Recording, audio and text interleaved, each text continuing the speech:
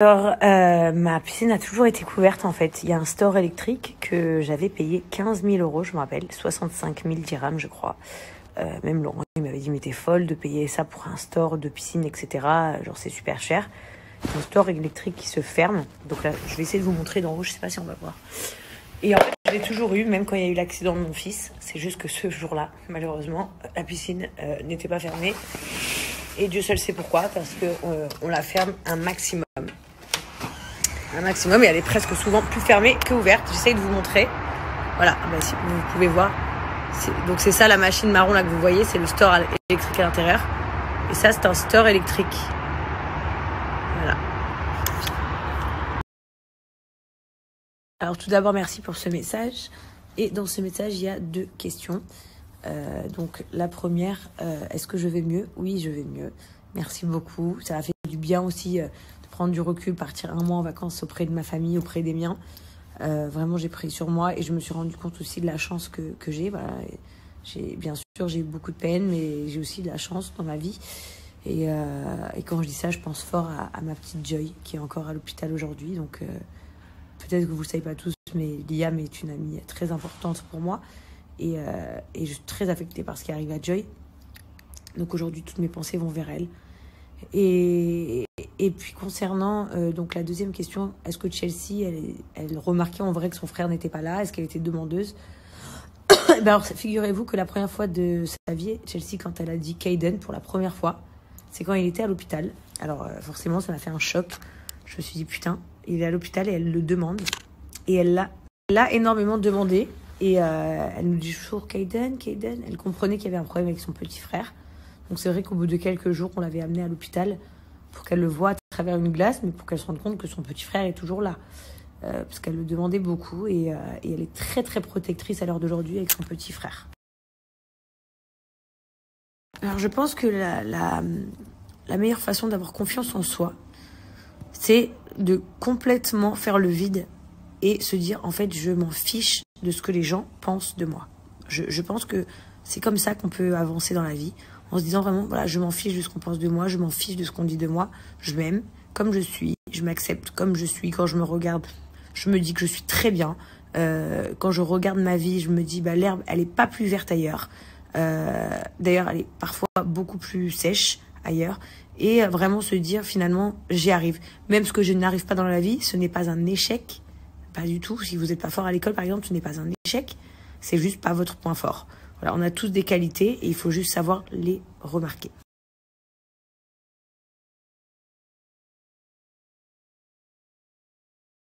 Alors, à vrai dire, je n'étais même pas au courant que la majorité des gens de télé avaient un commerce ou un business. Voilà, parce que... Mais pas pour le moment, honnêtement. Entre ma vie d'influenceuse, mon émission que je prépare, parce qu'il faut savoir que chaque émission que je tourne, c'est moi qui la prépare. Entre ma vie de maman, ma vie de femme, etc. Non, j'ai pas pour projet pour l'instant d'ouvrir un commerce à moi. Mais par contre, j'aurai bientôt un site pour enfants. Je vous en dirai plus quand il sera prêt, mais c'est un très très gros site.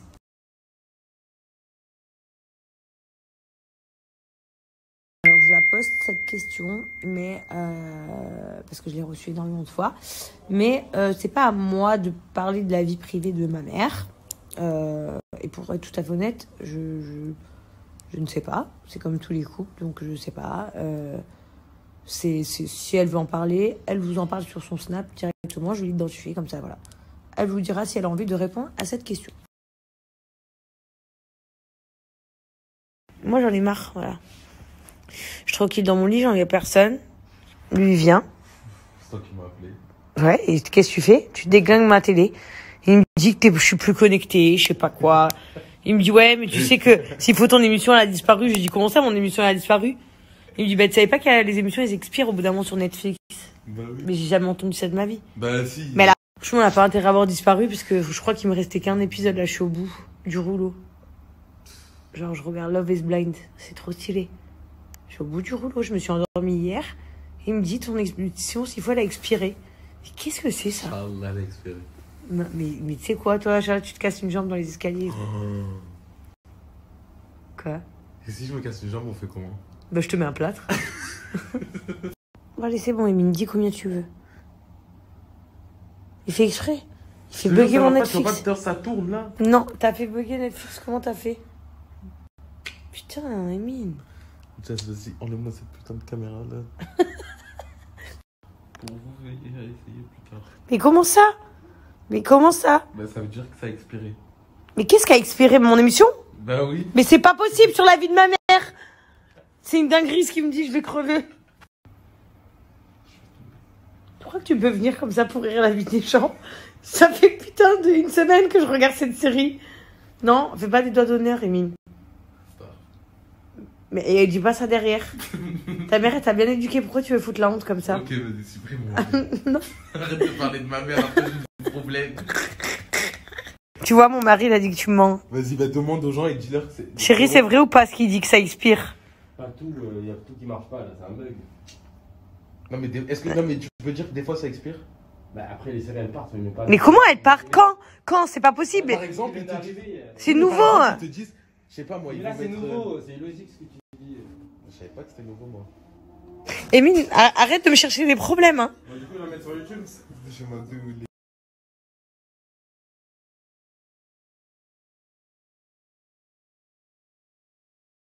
Je m'apprêtais à me coucher. Mais j'ai vu cette question et j'ai très très envie d'y répondre. Alors premièrement, même que je suis influenceuse, même que je suis sur Instagram, je vous le dis, peut-être 80% des filles retouchent leurs photos sur Instagram. Donc en gros, les corps que vous voyez ne sont pas les corps réels. Ou du moins, ils sont leurs corps réels, mais la photo est lissée. Donc tu ne vois pas de cellulite, tu ne vois pas de poils, tu ne vois pas de vergeture. Mais sachez que il y en a certaines qui sont vraiment comme ça. Mais la majorité ne le sont pas. Moi, je peux vous le dire, j'ai de la cellulite derrière les cuisses. J'ai des vergetures un petit peu entre les jambes. Je me suis jamais épilé les cuisses de ma vie, donc forcément j'ai du duvet sur les cuisses. Et tout ça, ça ne se voit pas sur Instagram. D'accord? Donc je vais vous dire un truc, les filles. Et surtout les filles les plus jeunes.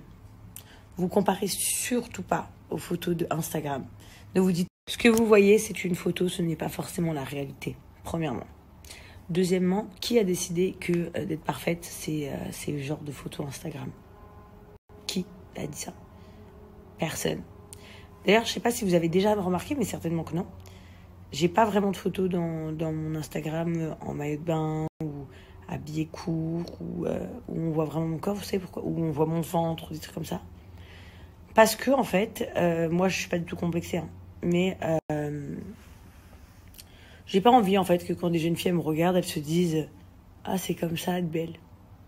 Pas du tout, en fait. Et je critique pas du tout celles qui le font, au contraire. Elles sont très jolies et leurs photos sont très jolies. Mais moi, ce que je veux vous dire, les filles, aujourd'hui, c'est qu'être une femme, c'est pas être ces filles jolies sur Instagram. Être une femme, c'est avoir un grand cœur. C'est avoir du respect. C'est avoir une éducation. C'est aimer les gens. C'est croire en Dieu. Ça, c'est mon avis. C'est toutes ces choses-là qui font que vous êtes une belle femme et que vous ne devez absolument pas vous comparer à des photos Instagram. Ensuite, chaque homme aime un profil de femme différent. Il y en a qui aiment les filles fines, il y en a qui aiment les filles un peu rondes, il y en a qui aiment les filles fortes, il y en a qui aiment les filles avec des formes, il y en a qui aiment les petites, les grandes, les brunes, les blondes, les rousses, n'importe. En fait, on s'en fout. Et en fait, la société, elle crée on va dire comment, un idéal. Mais en fait, encore une fois, c'est inventé par l'homme, ça. C'est inventé par l'homme. Et je comprends aussi. J'arrive très bien à comprendre que des jeunes filles, quand vous voyez des belles photos de filles sur Instagram, vous avez envie d'être comme ça, etc., etc. Mais franchement, c'est pas comme ça que vous serez bien dans votre corps, en fait. Il n'y a pas de livre pour ça, ou de leçons, non. En fait, chacune, on a une vision de la beauté, et on veut l'atteindre, très bien. Mais vraiment, ne vous focalisez pas du tout sur les photos Instagram. Parce que, premièrement, c'est de la triche. Et deuxièmement, chaque fille, elle a une beauté intérieure qu'elle ne se rend même pas compte. C'est ça un peu le truc. Moi, j'ai été une jeune fille, genre, hyper complexée pendant très longtemps. Vraiment pas sûre de moi, etc. Et aujourd'hui, c'est tout l'inverse. Et pourtant, je me considère pas comme une hit girl d'Instagram du tout. Juste parce que, en fait, j'ai compris ce que ça voulait dire être beau et belle. J'ai compris. Et je pense que pas beaucoup de gens comprennent bien la définition de ce mot. Et en fait, une beauté, c'est un charme, c'est un caractère, c'est un regard, c'est un sourire. C'est tout ça qui fait que la personne est belle. Plus tu auras confiance en toi, plus tu seras belle aux yeux des gens. Voilà. Moi, on m'a énormément dit, t'as fait de la chirurgie sur ton visage, ici et ça, mais non. Mais c'est juste parce que j'ai pris confiance en moi que les choses ont changé aussi. Enfin voilà, j'avais vraiment envie de répondre à cette question, les meufs. Et surtout les filles. Et surtout, ne laissez jamais personne vous dénigrer. Mais vraiment. Tous les jours, j'essaie de faire un peu quelques questions qui apparaissent tout en haut de mon Insta. Donc, pour répondre à cette jeune fille, oui, il y a une raison pourquoi j'ai appelé mes enfants comme ça. Donc, Chelsea, je l'ai appelée Chelsea parce que je suis née à Chelsea, en Angleterre. Je suis née à Londres et donc je suis née plus précisément à Chelsea. Et je trouvais que c'était une identité que je voulais vraiment lui transmettre. Donc, ça, c'est la petite raison pour ma fille. Et pour mon fils, alors on hésitait entre Shine, Cameron et Caden. Shine, j'aimais beaucoup, c'était mon préféré, mais sauf que je voulais l'écrire avec un C pour que ce soit la Chelsea, bien sûr. Et ça faisait un peu Chine. C'est-à-dire que si je voulais l'écrire C-H-Y-N, mais j'avais peur qu'on l'appelle Chine et pas Shine. Donc voilà, c'était compliqué. Cameron, j'adorais Cameron, papa adorait Cameron, mais on avait peur que ça fasse un peu fille. Et Caden, c'était le prénom préféré de Laurent. Donc du coup, on a mis 3 cailloux avec les prénoms et on a demandé à Chelsea d'aller en chercher un. Et elle a choisi Caden. Bon, pour répondre à cette question, j'ai toujours rêvé d'une très grande famille. Donc dans le principe, je vous dirais oui. Quand? Je ne sais pas. Franchement, je sais pas. Je pense qu'on va même pas décider et on fera. C'est Dieu qui décide.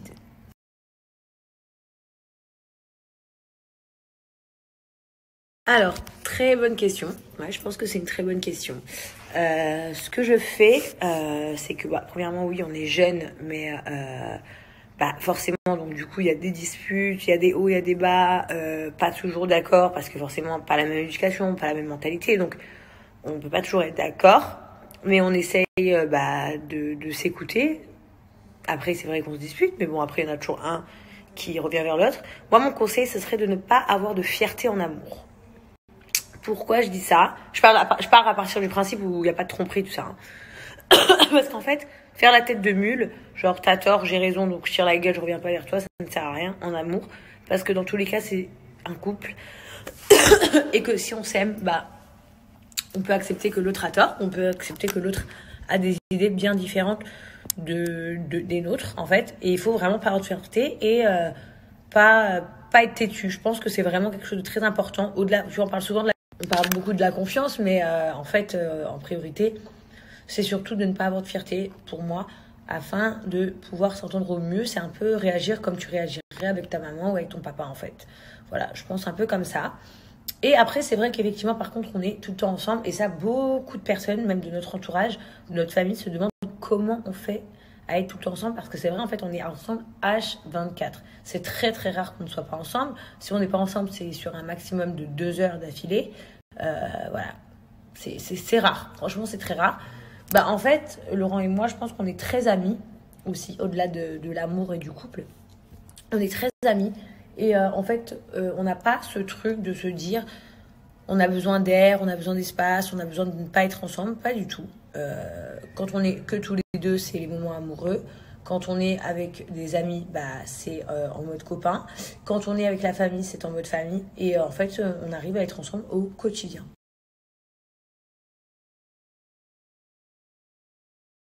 Alors, est-ce que ma chaîne où je faisais ma télé-réalité avant me manque? Donc, tu parles certainement de MyTF1.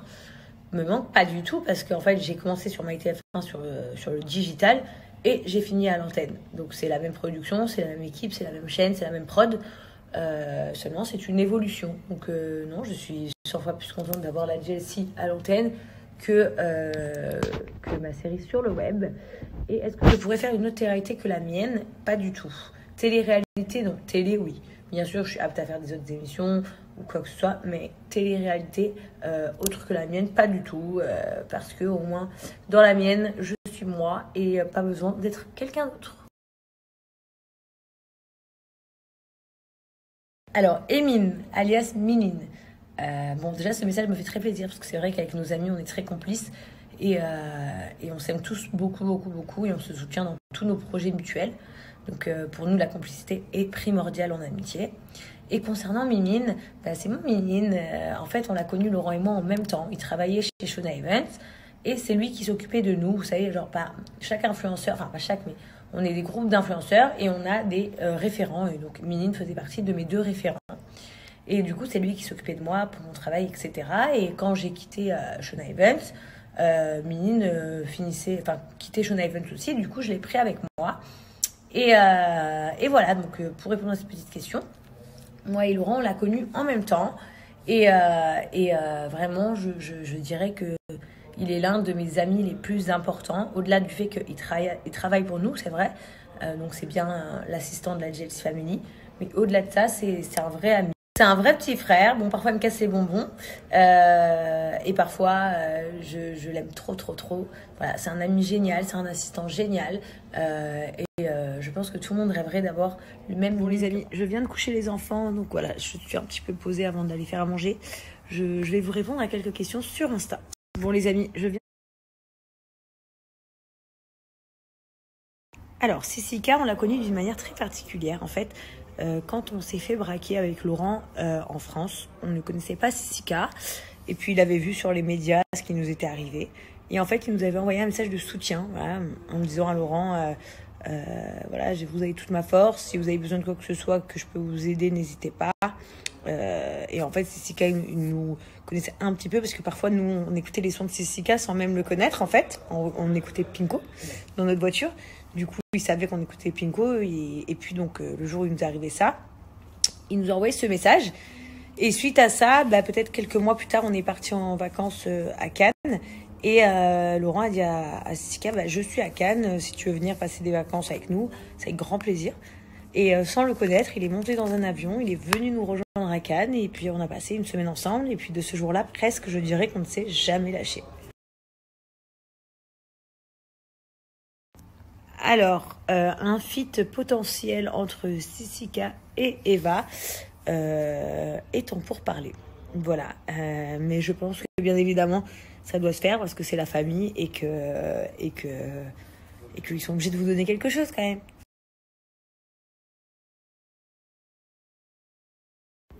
Alors, ça fait 3 ans que je suis avec mon mari. Et au-delà de ça, je l'aime très fort, c'est mon mari, quoi. Et qu'est-ce que j'aime chez lui? Alors, qu'est-ce que j'aime le plus chez lui? Je pense son côté famille, en fait. Il est très famille, il nous aime beaucoup. Et vraiment, je pense que c'est quelqu'un qui aime aimer les autres. Donc, ouais, je dirais ça. Le fait qu'il soit très ambitieux dans la vie, il veut toujours réussir. Il veut jamais se laisser couler. Et Laurent, c'est un garçon, au-delà des apparences, très sensible et très sensé. Voilà, il vient vraiment d'une vie, d'une jeunesse, d'une enfance très très difficile. Très, très, très difficile, je tiens à le préciser pour ceux qui pensent le contraire. Et qui a su s'en sortir vraiment très bien. Donc, je suis très admirative. L'avenir que je souhaite pour mes enfants, c'est un avenir tout d'abord dans l'amour et le partage. Voilà, qu'ils soient vraiment aimés, qu'ils se sentent aimés, qu'ils aiment les gens, qu'ils soient respectueux. Et je leur souhaite un avenir facile, si je peux me permettre. Voilà, mon but dans la vie, c'est de faire le maximum pour les mettre à l'abri pour plus tard, pour pouvoir leur payer des grandes études. Et vraiment, le principal, je leur dirais toujours, comme je me suis écoutée moi, c'est de faire ce qu'on veut dans la vie, c'est-à-dire si on a envie d'être boulanger, on est boulanger, si on a envie d'être médecin, on est médecin, si on a envie d'être chanteur, on est chanteur, et ainsi de suite, mais surtout de poursuivre leurs rêves, et je les interdirai jamais de quelconque métier. Vraiment, je les encouragerai justement toujours dans ce que eux souhaitent faire dans leur cœur, parce que je pense qu'on est né avec un destin, et que parfois les parents veulent comment on peut dire, comment on dit? Bref, les parents, des fois, ils veulent, ils idéalisent une vie pour leurs enfants d'une manière. Du coup, ils les poussent un peu vers cette direction. Mais en réalité, le Mektoub, le destin, tout ça, ça existe. Et je pense que tout est écrit à l'avance. Et on est tous nés pour quelque chose. Et c'est la vie qu'on aura. Donc, en réalité, tous les parents pensent bien faire. Hein. Moi aussi, des fois, je pense bien faire. Mais en fait, j'ai pas forcément la bonne manière. Mais en tout cas, pour ce côté-là, j'essaierai de les suivre dans leurs envies. Mais en réalité, c'est pas facile d'être parent parce qu'en fait, quel est le bon choix? On ne sait jamais. Par exemple, chez Pierre, ce sera celui-là. Le bon choix, chez Paul, ce sera celui-là. Chez Jacques, ce sera celui-là. C'est ci et ça et ça. En fait, tous les parents, on n'a pas les mêmes opinions. On n'a pas les mêmes idées pour nos enfants. On ne prévoit pas les mêmes avenirs. En fait, il n'y a pas de livre de comment être un parent parfait. Il n'y en a pas. Et donc, je pense qu'il est primordial, en fait, que chacun fasse du mieux qu'il peut pour ses enfants. Tant que c'est fait dans l'amour, le respect, le partage, je pense qu'on avance, quoi qu'il arrive. Et tout être humain fait des erreurs. Donc, peu importe, en fait, si des fois, les parents, ils font des erreurs. On n'est pas né avec une science infuse parce qu'on est des parents et que du coup, on sait mieux que nos enfants, non. Mais il faut savoir s'écouter et partager, en fait, je pense, un maximum de dialogue pour trouver des solutions qui conviennent à tout le monde. Et puis, chaque famille est différente, comme je dis. Et voilà, donc aussi ne pas trop écouter l'avis des voisins et des amis parce que tout le monde voit midi à sa porte, mais personne ne fait les mêmes choses et n'élève leurs enfants de la même manière. Donc voilà, je ferai de mon mieux, quoi qu'il arrive, c'est une certitude. Et la seule chose que je peux vous confirmer à 100%, c'est que ça, je sais et je suis sûre que quoi qu'il arrive, toute ma vie, jusqu'à mon dernier souffle, je serai là derrière mes enfants pour les aider.